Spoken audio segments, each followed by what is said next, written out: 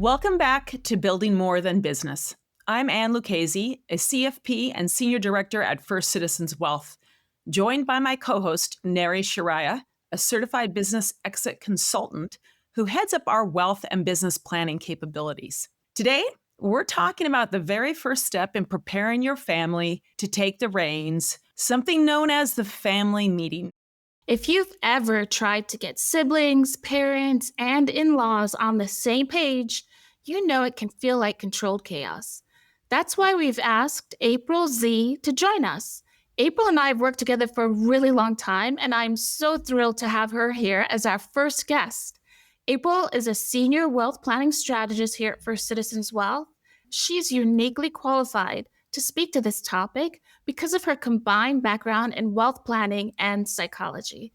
April, welcome to Building More Than Business. Can you tell us a little more about your background?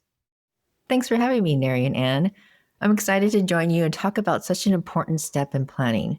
My training and experience, it's a blend of financial strategy and psychology because I've been doing wealth planning for over 23 years, and I also have a doctorate level of education in psychology. So when it comes to family meetings, not only am I focused on crunching all those numbers, it's also just as important to address the emotions and dynamics. It's the human side of wealth. Such a unique blend of expertise and experience and bringing in that psychological aspect within the family meeting, April. Before we dig into the details around the family meeting, can you kind of set the stakes for us? They're focused on having thoughtful and structured conversations. And the idea is to have multiple generations work through succession planning and all the family dynamics that comes with that transition. Even the most financial savvy families can fall apart if the emotional groundwork isn't laid first. So I found that a well-facilitated meeting isn't just about who's getting what in an exit. It's about keeping the family harmony through the transition and for multiple generations. So when we think about the family meeting, there's three main purposes. First, to encourage effective communication. Second, to educate heirs about financial literacy and family leadership roles. And lastly, to provide a forum for making collective decisions. And out of those three, I would say the crux is communication. Business owners have often assumed they've communicated their wishes clearly, but most family members are operating on assumptions or side conversations with the siblings, and that's where the misunderstandings can begin to fester. And you want to keep in mind, the goal here is we're not trying to change the family dynamics. We want to create structure and safety and purpose for the family to move the conversation forward productively. Thanks for that summary, April. The family meeting is really intriguing. These conversations can carry decades of emotional weight, especially in family and legacy businesses. And when the family avoids having those meetings, it really creates more long-term risk.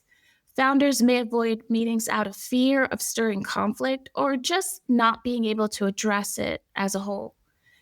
That's where advisors come in. They can play a neutralizing role and act as a buffer. They create structure and reduce defensiveness. April, can you elaborate a little bit more on that?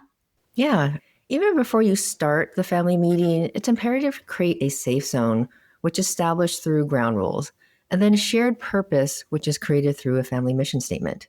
So within the family meetings, I've seen typical emotions in the room ranging from uncertainty, hope, fear of losing control, and a desire to be heard or validated. So as a facilitator, it's my role to help navigate all these emotions and expectations to reach the family's collective goal. So even before the meeting begins, a family has an agreed upon ground rules. Those rules can be, simple as no interrupting, every voice matters, and that everyone attending is really committed to the process and is present in the moment.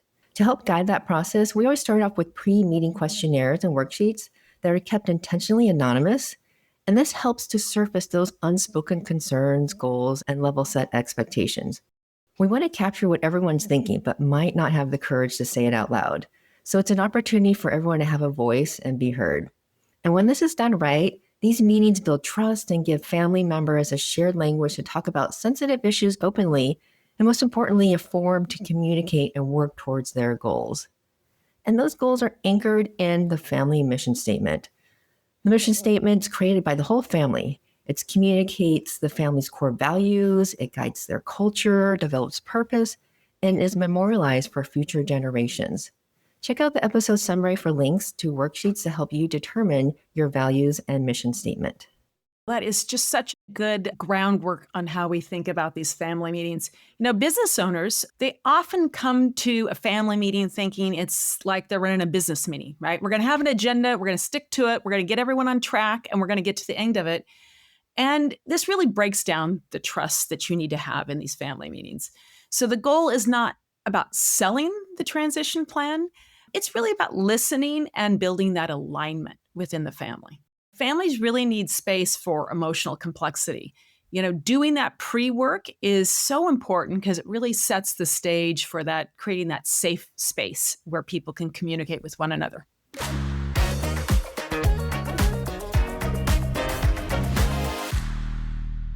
So maybe now as we shift a little bit and talk about navigating roles and readiness and such, once a family commits to talking about the future, the natural next question becomes, who's stepping in? When are they stepping in? How is that going to look? These conversations are just loaded with assumptions. Someone may expect to lead while someone else quietly questions if they're even staying. April, I'm sure you've seen this happen in a lot of families. Deciding who and when can be challenging decisions for owners to make. Not all business owners are ready to transition for multiple reasons. And I found the main reason is typically rooted in fear. The fear of not being ready to let go. A lot of times their whole identity is tied to the business. And this fear can lead to resistance that manifests into silence, deflection, or delay. I recall working with a family where the father and son had different visions for the future of the business. The son wanted to bring in new technology, products, and drive growth and longevity for the business. This is his future and his livelihood. So he wanted to make sure it's continued to grow. However, the father wanted to keep it as is. And that misalignment unfortunately stalled any decisions for them to prepare for the succession of the business. Another lack of action I've seen is when an owner felt guilty for not treating his children fairly, since one was in the business and the other was not. He intentionally was not making any decisions to avoid hurting the child that was not in the business. In both these instances, a delay in planning could have significant family and financial consequences. You want to transition the business on your own terms, not because you have to.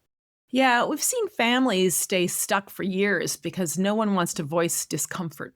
When someone finally does, I think things start moving along the path, right, Neri? Exactly. So, April, we've talked about the importance of a family mission statement, but can you give an example of one, or what are the steps to create one? So this is the fun part of family meetings, is we get to see the family all working together. When guiding the family to work towards developing their mission statement, the family should strive for it to be who they are at their core. It's really like the family roadmap. So when creating a family mission statement, I always like to start out with discovering each individual's wealth values. And these wealth values are the extension of your personal values that shape your relations with money. Some examples could include the value of hard work, family loyalty, generosity, spirituality. They take these shared wealth values along with their wealth goals to build the mission statement. You can begin to create your mission statement by using this 3-sentence formula. The first sentence begins with the word to, and then the family fills in something that requires an effort on the part of each and every family member. You want it to be inspirational in nature and future reaching. And then the second sentence begins with in such a way. This is the quality of your action. And this is where you would place the family's wealth values here. And then the final sentence begins with so that. And you want this to capture the results of your action. What do you want to come out of all of this? And this is where the family puts your wealth goals. And if you put this all together, a finished product could look something like, to realize our dreams and goals as a family and as an individual in such a way that stretches our intellect, gives back to the community, and tightens our family bond, so that our legacy will continue to grow. And when a family has finished this mission statement, there's a real sense of pride of what they've accomplished. And it's so exciting as a facilitator to see all of that come together. I recall working with a family and we memorialized their mission statement on a little lucite plaque. And it was such a wonderful way for the future generations who might not have had a chance to hear firsthand what that generation's collective vision was, but now they can read it and allow for those wealth values to carry on. So, one family meeting isn't going to answer every question, right? If we do this exercise and they complete their mission statement, it's not one and done, but it should create a path forward. We often tell clients, don't aim for resolution in one sitting. The goal is to open the door. This is the first step in moving forward. And it's a chance for expectations to be shared out loud and be clear. Otherwise, assumptions fill the gaps, and usually those are negative assumptions. Oh, so well put, Neri. If the human side isn't addressed, I think any strategy will fall flat. I kind of recall when I was younger, it was a family friend of ours where he really had opted in his last year of life to transition the entire business to the oldest son and did this in what I would call a vacuum, right? Didn't talk to the family about it, didn't communicate the why of it. And to this day, 3 kids in the family don't talk to the other 3 kids. And I just think, I can't believe that's the legacy he wanted to leave. And it just shows you how important it is to address these things. I think the why behind the decisions really matter. Absolutely, Anne. Without next steps or some kind of timeline, people can walk away unsure of what to just agree to or what's expected of them. They need a plan or a roadmap. So when a family gets off track, they can hold each other accountable and they can refer back to that shared vision. Also, similar to the pre meeting work, assigning post meeting work is also just as helpful. Even if the next step is, let's revisit this in 60 days, naming it gives structure and reduces anxiety. Additionally, I found helpful is a written summary or recap so that no one feels misrepresented or misunderstood, and everyone has clarity towards the shared goals.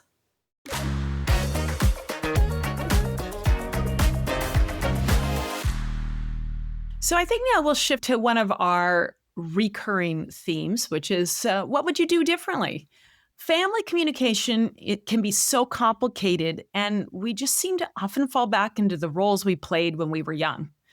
The dynamics just get complicated, and when families don't talk early and often, small misunderstandings can grow into big divides.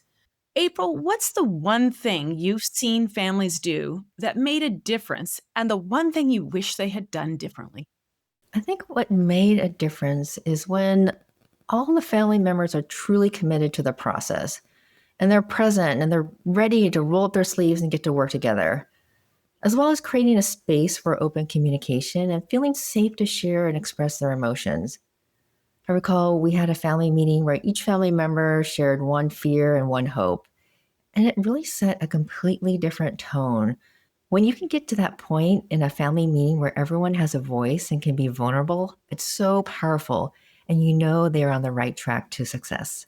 And then, and I've seen missteps where, the family treats the family meeting like a performance review. For example, a parent listing out everyone's weaknesses, and that's just going to put everyone on the defensive or shut down. We're trying to create a level playing field within the family meeting and not slide back into the dysfunctional roles. Another challenge is to listen without fixing. Business owners, they're used to being in control and making decisions, and that's one of the reasons why they're so successful.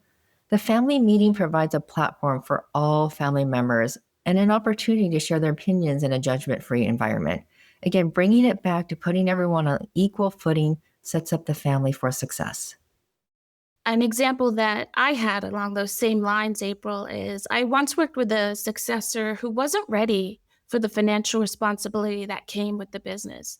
He made a lot of personal withdrawals without really understanding the operational impact. I think he thought the business was his personal checking account. Uncovering skills, weaknesses, and setting growth expectations earlier really could have helped him grow into the role with more confidence and financial literacy and discretion around his choices. Simply naming roles could have eased uncertainty and helped him in the next generation. So, to summarize, the family meetings serve as establishing the foundation. Sometimes it's better to start with a non emotionally charged topic like, what are we doing for our annual charitable giving? Or where are we going to go for our multi generational vacation? It helps the family get comfortable with the process. If your family meeting accomplished the 3 purposes we laid out in the beginning of this discussion, then you're on the right track. And as a reminder, Those are encouraging effective communication, educating heirs about financial literacy, family values, and leadership requirements, and providing a forum to make collaborative decisions. Second, building that family mission statement with the family's wealth values and goals. These concrete steps are critical to ensure the family is productive.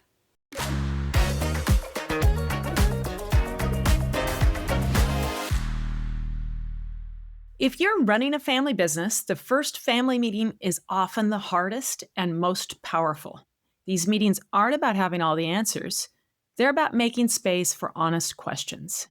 And the sooner you have these conversations, the more room you have to build trust and alignment before the need for decisions becomes too urgent. A good plan doesn't just protect your business, it helps your family move forward together. Well, this has been really great. Thank you so much, April. Thank you, Neri. And thanks for tuning in. Subscribe on Apple Podcasts, Spotify, or YouTube Music. And if today's episode resonated with you, please share it with someone who might need to hear it. See you soon.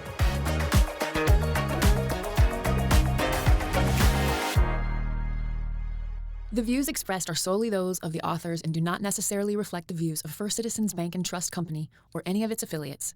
This material is for informational purposes only and is not intended to be an offer, recommendation, or solicitation to purchase or sell a specific investment strategy, any security or insurance product, and should not be construed as legal, tax, or accounting advice. Please consult with your legal or tax advisor regarding the particular facts and circumstances of your situation prior to making any financial decision. While we believe that the information presented is from reliable sources, we do not represent, warrant, or guarantee that it is accurate or complete. Many companies referenced in this content are independent third parties and are not affiliated with First Citizens Bank and Trust Company. All third-party trademarks, including logos, trade names, service marks, and icons referenced, remain the property of their respective owners.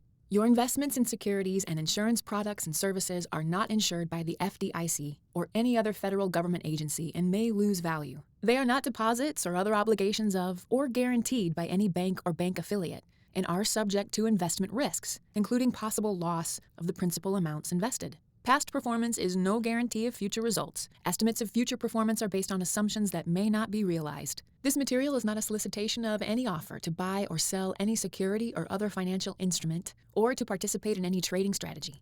Diversification does not guarantee a profit or protect against loss in a declining financial market. First Citizens Wealth, FCW, is a marketing brand of First Citizens Bancshares Incorporated, a bank holding company. The following affiliates of First Citizens Bancshares are the entities through which FCW products are offered. Brokerage products and services are offered through First Citizens Investor Services Incorporated, FCIS, a registered broker-dealer, member FINRA, and SIPC. Advisory services are offered through FCIS, First Citizens Asset Management Incorporated, and SVB Wealth LLC, all SEC registered investment advisors.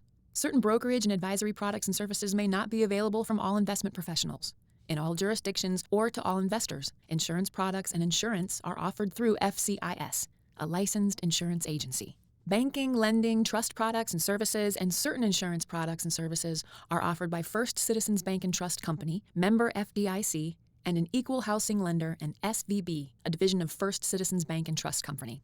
For more information about FCIS, FCAM, or SVBW and its investment professionals, visit www.firstcitizens.com/wealth/disclosures.